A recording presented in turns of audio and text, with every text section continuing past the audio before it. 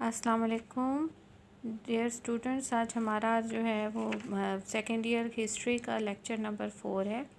آج ہمارا لیکچر عبدالعباس عبداللہ الصفا کے بارے میں ہے۔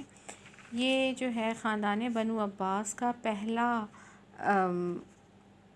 خلیفہ تھا اور ان کے والد کا نام تھا محمد بن علی عباسی۔ پیدائش ان کی حمیمہ میں ہوئی اور یہیں پر الصفا نے اپنی تعلیم مکمل کی۔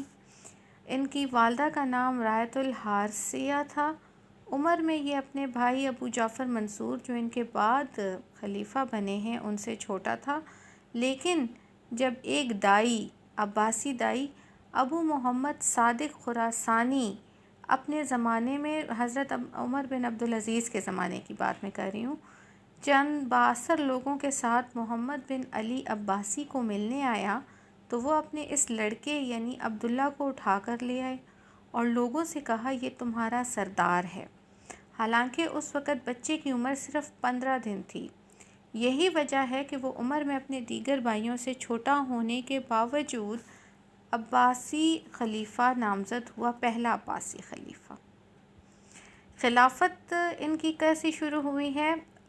امام ابراہیم جو کہ تحریک عباسی کے رہنما تھے، انہوں نے اپنی وفات سے پہلے الصفا اور ابو جعفر منصور کو وصیت کی تھی کہ وہ حمیمہ سے کوفہ منتقل ہو جائیں۔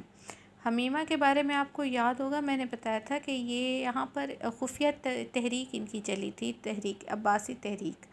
تو یہاں سے آخری دنوں میں امام ابراہیم نے وصیت کی تھی کہ ابو العباس الصفا اور ابو جعفر منصور جو ان کے چھوٹے بھائی ہیں دونوں، یہ حمیمہ سے کوفہ منتقل ہو جائیں۔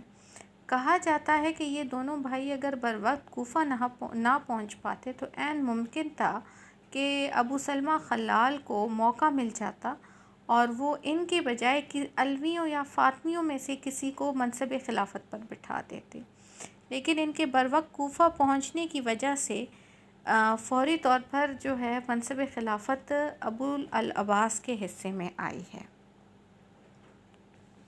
ابو مسلم خراسانی جو کہ عباسی تحریک کے سب سے ایک دائی تھے، کافی با اثر دائی تھے، ان کو جب عبدالعباس الصفا اور ابو جعفر منصور کے کوفہ آنے کی اطلاع ملی تو یہ بھی کوفہ پہنچے اور ان کی وجہ سے باقی لوگوں نے بھی فوری طور پر ان کی بیعت کر لی۔ عباسی خلیفہ کی حیثیت سے اپنا پہلا خطبہ انہوں نے 12 ربیع الاول 132 ہجری کو بمطابق 30 اکتوبر 749 عیسوی کو کوفہ کی جامع مسجد میں دیا۔ اس خطبے میں انہوں نے صحابہ کرام کی خلافت اور حکومت کی تعریف کرتے ہوئے بنو امیہ کی مذمت کی اور اس کا بہت شکر، اللہ تعالیٰ کا بہت شکر ادا کیا کہ اللہ تعالیٰ کی وجہ سے بنو عباس کو ان کا حق ملا اور بنو امیہ کے ظلم و ستم سے لوگوں کو نجات ملی۔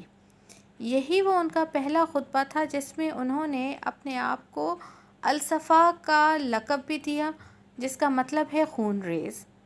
الصفا کو خلافت بنو عباس کا اصل بانی بھی کہا جاتا ہے، کیونکہ انہوں نے اپنے دور میں بہت سی بغاوتوں کو بھی کچلا اور انہوں نے ان کو مشکلات کا بھی سامنا کرنا پڑا۔